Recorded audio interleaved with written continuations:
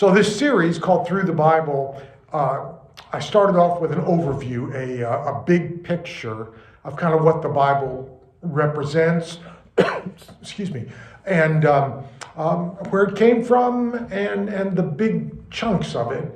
And now, last week we also started looking at the stories of creation, both in chapter 1, God said, let there be light, and also chapters 2 and 3, the story of the Garden of Eden and Adam and Eve and all of that. So we're going to pick up at that point today, and we're going to go on through most of the rest of the opening section of the book of Genesis. The book of Genesis, to my mind, is about the most interesting book in the whole Bible. And so I would love it if you thought that too, but at any rate, it's got so much going on. And the first 11 chapters, 10 and a half chapters of Genesis are prehistoric. I mean, they are what scholars call mythic literature. And myth doesn't mean it's false. It means that it's the stories of how things got to be the way they are. How did Niagara Falls get to be that way? How did, all those different things. And the Bible has its stories about how those things happen. How did people get together? How did you start having families? All those things. And so we're going to pick up at that point in chapter 4 of the book of Genesis, when right after Adam and Eve were kicked out of the Garden of Eden. Okay? Yeah. So after Eden, in Genesis chapter 4 and 5, Adam and Eve, remember Adam is just, the word in Hebrew for man was Adam, A-D-A-M. So you just make it capital and call him Adam. And Eve supposedly comes from the root, the mother of all creation. And so Adam and Eve, they were thrown out of Eden, and an angel with a flaming sword stood there to prevent them coming back. They were out of Eden, no going back in. They settled east of Eden. Wherever Eden is, they went east and settled there, and Eve had a child. Okay? And you recall in the Garden of Eden, the effect of eating the fruit of the tree of good and evil, the knowledge of good and evil, was that they began to understand themselves as adults, as sexual beings. And so they're out of the garden, boom, they have a child. And that child was a son named Cain, C-A-I-N. And Adam says, I have produced a man with the help of the Lord. He probably should have said with the help of Eve too, but he didn't. At any rate, remember that Eve's curse was pain or work in childbearing and pregnancy. And you recall that the only birthing that had taken place up to this point was when Adam essentially gave birth to Eve. Remember, God took Eve out of Adam? Well, at this point, that was the only birthing up to this time done by Adam. Clearly, God has gone with them out of Eden. He threw them out of Eden, but he went with them east of Eden. And they had a second child named Abel. And the command of God at this point, from Genesis 1, be fruitful and multiply. Well, Adam and Eve had doubled the world's population, supposedly at this point. And these sons of Adam and Eve represent what we call archetypes. These are representative people. Like Cain was a farmer, and he represented the archetype of farmer. And Abel was a shepherd, and he represented the archetype of shepherd. Okay, so the family began to grow, and each son, Cain and Abel, offered a sacrifice to God because they were aware with God's presence with them. And so they offered their sacrifice. Cain's offering was the fruit of the ground, that is, some of the crops that he raised. And Abel's was described as the firstlings of his flock, their fat portions, that is, the very best that there was. And the Lord accepted Abel's offering, but did not accept Cain's offering. And it never tells us why. Why did God accept Abel's offering, not Cain's? We can guess that maybe Abel's offering that was described as the first parts, the best parts of his flock, was offered with a better heart, a better attitude. And Cain, who just offered some of the fruit, maybe offered kind of the old rotten fruits of the field. We don't know. It also may indicate the importance and the value in Israel, especially later on, because this story was written many years later, about blood and blood sacrifice. And they really valued a sacrifice that involved blood. That was part of their culture. There are many questions and lots of possible answers, and the Bible doesn't tell us why, but it tells us that God accepted Abel's offering, but not Cain's. And so Cain became angry. Yeah. His countenance fell. You know how that is? Right. And so his countenance fell. He was mad. He felt unappreciated. And God spoke to him. God didn't strike him down for what he did, because we know what he did to his brother. He killed his brother, and that at that point was 1/4 of the world's population. Right. Talk about your mass murders. But at any rate, God seemed to speak a truism. He said, if you had done well, I would have accepted your offering. But Cain was not accepted because he did not do well. His offering did not represent the best that he had. The danger was the sin lurking behind Cain's motive. The desire of the sin is something that God said Cain could and must master, but he does not appear to have mastered it, because Cain seems to have given in to his sin. He invited his brother out into the field, and there he killed him. Oh my goodness. Yeah. We don't know how he killed him. We don't know if he buried the body, all the particulars. He just killed him, and it was the first example of the Bible's tendency to have the blessing not go through the oldest son. Now that seems like an obscure point, but in the Bible, or in that culture, the culture around the Bible, the oldest son got everything. It was a system called primogeniture. Primogeniture meant that the oldest son got all the blessing. But what we see throughout the Bible with the patriarchs and on beyond is how often the son, the child through whom the blessing of God went, was not the firstborn.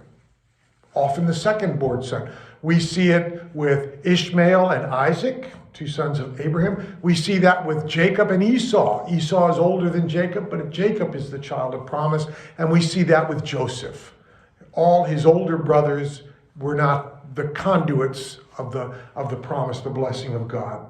And so God confronted Cain. It was kind of a replay of the confrontation that he had with Adam and Eve in Eden. He said, "Where is your brother Abel?" And Cain's first response is, "I don't know." Okay. You know how your kids will do that, right? "I don't know." But then the next response was his infamous response, "Am I my brother's keeper? Am I my brother's keeper?" Okay. And God said, the curse of Cain, "Your brother's blood is crying out to me from the ground." Now, we don't know if that meant that Abel was buried under the ground, or if it's just the blood was spilt and obviously flowed out on the ground from being murdered. But the shadows of Eden show here. Life comes from the ground. The blood is calling out from the ground. The value placed on blood in ancient cultures. And maybe that's why God accepted Abel's offering only. But Cain has killed Abel, and God knows it. And God curses Cain. Didn't kill him. God cursed him by separating him from the ground. Cain gets a curse just like Adam's curse. The ground will no longer yield crops. That was Adam's curse. Cain is cut off from the land. He becomes a fugitive and wanderer. He is banished. He is not allowed to stay there and cultivate the soil. He's vulnerable to being killed by other people. We don't know what other people there are. As far as we know, there's just Adam, Eve, and Cain now, but other people are around, which tells you that this story is not meant to be a narrative story. It's meant to be a mythic story about the origins of people. The mark of Cain, turns out, is a protection, not a target on his back. Cain is exiled, and then the Bible lists his genealogy. His name means metal worker, one who works in metal. And there is a culture of people, a group of people called the Kenites, or Cainites perhaps, and it may be that he is the forebear of the Kenites. And so Cain left and he went east again. Everybody goes east, and he settled there. And Cain had a son named Enoch. And Enoch's son was named Irad, and Irad's son was named Mahujael. Those are funny names, aren't they? And Mahujael's son was Methushael, and Methushael's son was Lamech. And you see a whole pattern of archetypes, the beginnings of professions. Lamech had 2 wives, Ada and Zillah, and their 2 sons of Ada, Jabal, who was the forebearer of those who lived in tents. He was a nomad and watched after livestock. And his brother Jubal, who was a musician, the first of the musicians. And there were 2 children of Zillah as well. A son named Tubal-Cain, which stands for the maker of bronze and iron tools. And then the other was evidently a woman, a girl, and the Bible doesn't say anything about that, because that, unfortunately, is the way the culture that created the Bible tends to just ignore women, okay? I'm just saying right off. That's the way they do it. And then the narrative switches back to Adam and Eve. Remember Adam and Eve? Yeah, they're still back there. They've lost one son, Abel, who was killed by his brother, and they lost their other son, Cain, who was banished by God and left. And so they have another son. Maybe you call him a replacement son for Abel, and his name was Seth. And Seth, and he grew up, he had a wife. The Bible, of course, never tells us where these wives are coming from. It's just this way the story is put together. Again, it's not a narrative. It's a mythic, a prehistoric record of the development of people, not individuals, but of people writ large. And so Seth and his wife have a son named Enosh. And the Bible says, at that time, people began to invoke the name of the Lord. So before this time, it seems that God was only really worshipped by Adam and Eve and their immediate family. But now more people are calling on God. And the worship of God was no longer just the product of who we might call the Addams family. Addams family, da-da-da-da. Yeah. What follows that, though, are efforts by the various editors to bridge the gap of time between the creation and the flood. Because we know about the flood, right? So the story of Noah is a long story in the Bible. It lasts many chapters. I won't go through all of them, but I'm going to go over that story. Where is Yes. it found? The story. The story of Noah is in the book of Genesis. All of this is in the first 10 to 11 chapters of Genesis. Oh, okay. It's a great section. Once we get to chapter 11 and then into 12, then we start with a whole different kind of literature called a saga. And that's the story of Abraham and Isaac and Jacob. Yeah. But we're not going to get to that today. No. All right, so just hold your horses. Yeah. Okay, next week or next time. So the story of Noah is a strange story. At least it's preceded by a strange story of sons of God marrying human women. It makes no sense. I could not explain it to you on a bet, except that they're just legendary stories that develop. And there was a lot of wickedness on the earth. And it could be that this was something that was written much later and really refers to the leaders of Israel and how wicked they were at a later time. But anyway, it says, every inclination of their hearts was only evil continually. I mean, that's just as bad as it gets. And the Lord Yahweh was sorry that he made people.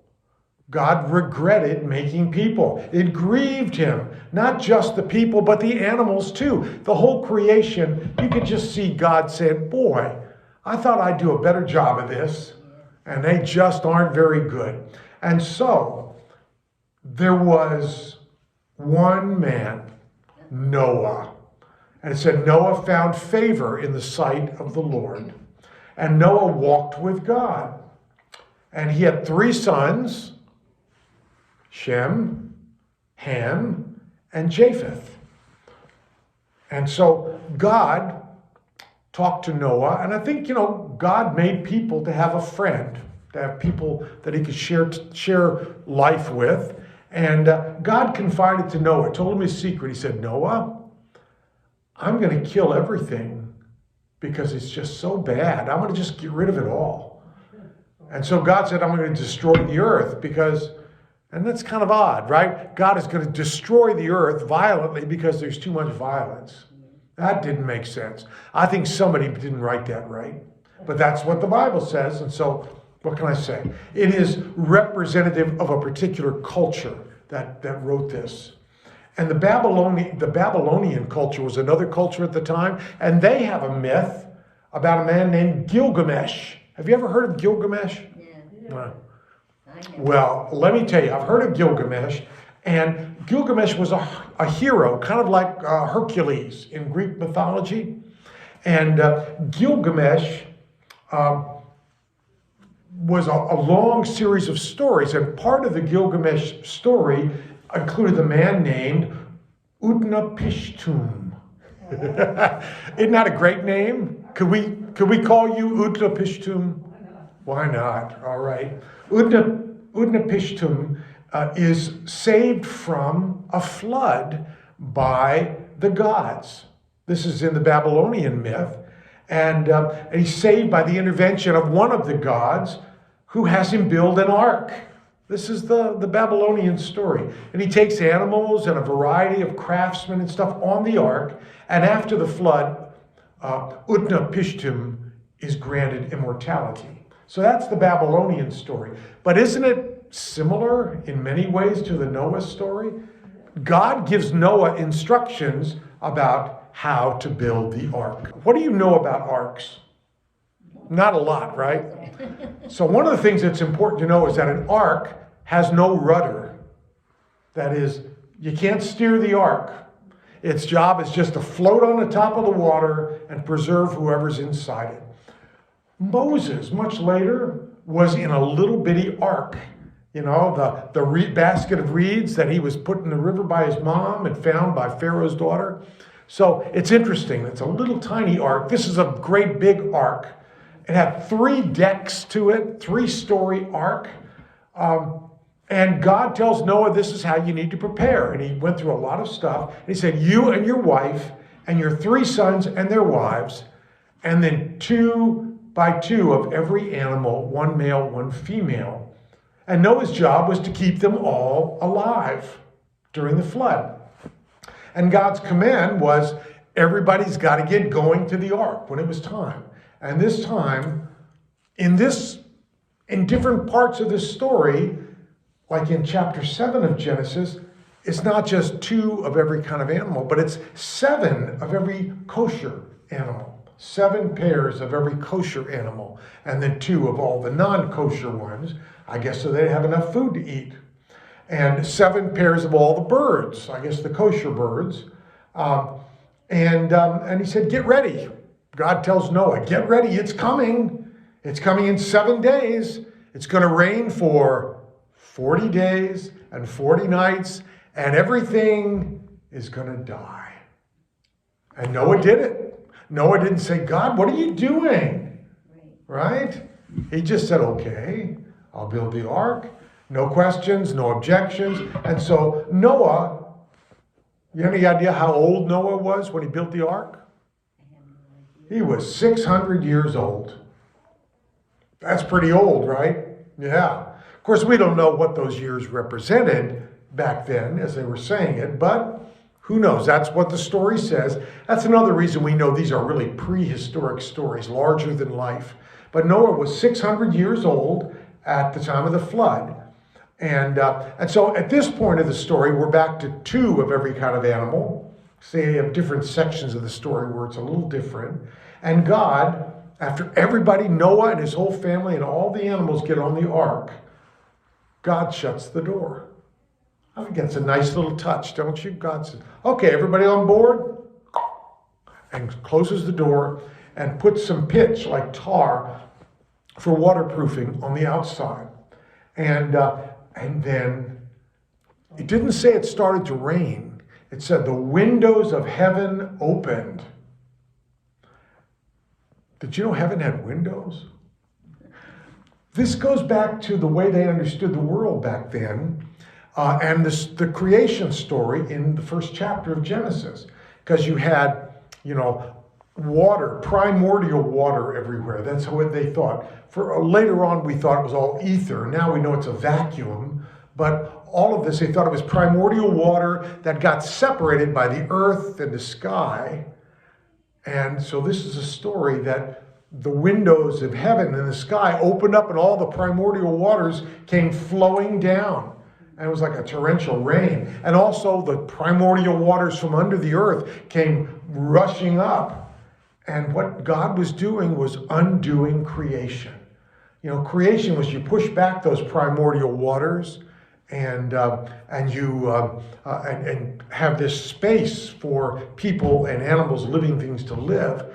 And God now takes and opens up the windows and opens up the doors, and all the primordial water comes back in, and creation is undone. And the flood waters picked the ark up and floated it on the surface of the water, higher than the surface of the highest mountains.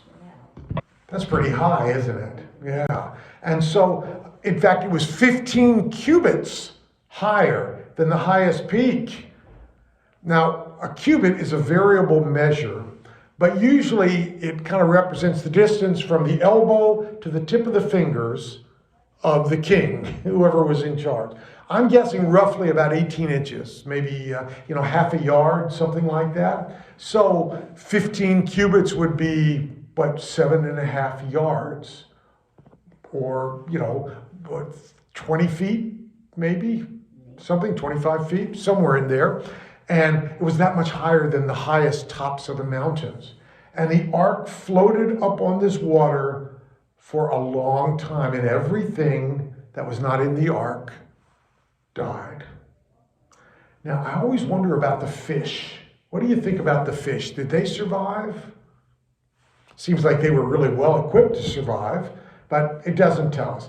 That's not the point of the story. Water covered the earth for 150 days. And the fountains of the deep and the windows of the heaven, that is what was letting all the primordial water in, were closed. And in 150 days, the water was all gone. Dates are given for those events, according to the calendar at the time of the story. On July 17th, these aren't the literal dates, but roughly in our calendar, this is what it would be. July 17th, they landed on the top of Mount Ararat. And on October 1st, you began to see the mountaintops appear. And then 40 days after that, so we're into November now, a raven was sent out. And then a short time later, a dove was sent out, but it came back. Another 7 days, sent out, and it didn't come back. And that meant there was some dry land. And on New Year's Day of Noah's 601st year, he took the cover off the ark. It was a convertible ark. And on February 27th, the earth was dry, and everybody got out of the ark to be fruitful and multiply. And Noah made an offering. Now, if you stop and think about it, how would Noah do a burnt offering? Because all the wood was bound to be soaking wet, right? But I bet he used wood from the ark, like inside the ark. Because what did they need an ark for? Now that there was dry land, they took the ark apart, and they must have used wood from the ark for the altar. And it involved killing and offering one each of the kosher animals and birds. This is why it was so important that there may well have been 7 of them instead of 2. But anyway, God received the offering and promised never again to curse the ground because of people, even though he knew people were still evil, and never again to kill all the people of the earth, at least not by a flood. And he said, as long as earth endures, seed time and harvest, cold and heat, summer and winter, day and night shall not cease. And then we see some parallels in the storytelling. This is how you know, again, it's a story that's being told. Parallels between Adam and Noah. You know, the first man after the primordial waters were created originally, Adam. The first to till the soil, Adam. The first to get into trouble consuming fruit, Adam. And the ground cursed Adam. And then God promised to never curse it again. And the same for Noah. Right? Noah was the first man after the primordial waters parted after the flood. The first to till the soil. He planted a garden after the flood. He got into trouble with consuming not fruit itself, but the wine made from the fruit, right? It's a curious little story. And then God blessed him and said, be fruitful and multiply and fill the earth. And that refers, of course, back to Genesis chapter 1. And the instructions was that it was okay now to eat meat, but not to eat the blood, and you're not allowed to murder. Okay? So God's bow in the heavens, in the clouds, was a sign of God's promise, this covenant, and that may well have been a rainbow. I think that's a good thing. And there's a curious little story right here at the end about Noah's sons. Ham, who is seen as the father of all the Canaanites. Wondered if the whole world came from those 3, from Shem, Ham, and Japheth. Anyway, that's just an aside. Because Noah grew grapes, and he made wine, and he got drunk, and he fell asleep, and he was exposed. That is, his robe fell away, and he had nothing on under that. And he was fast asleep, kind of hanging out there. And his son Ham saw him and told his brothers, and they covered him up, but without looking. They kind of backed up and put a blanket over him. We're not sure what that means, but it seems like it's an excuse of why Ham and his descendants were so ostracized, so shamed in that culture. Noah cursed Ham to be the lowest of the 3 boys. Shem, who's the father of the Semites, the Shemites, the Semitic people, was to be the master of Ham, who was the father of the Canaanites. And if you think back to when this story was written down, it probably was the story justifying how the Israelites could come and take over the promised land. But at any rate, and then there was a plea for Japheth, the third of the sons, to live in the Semitic lands and be the master of the Canaanites. And it explains the relationships at the time of the writing of the story. Anyway, it's a long story, lots of inner stuff going on that it's hard for us always to understand.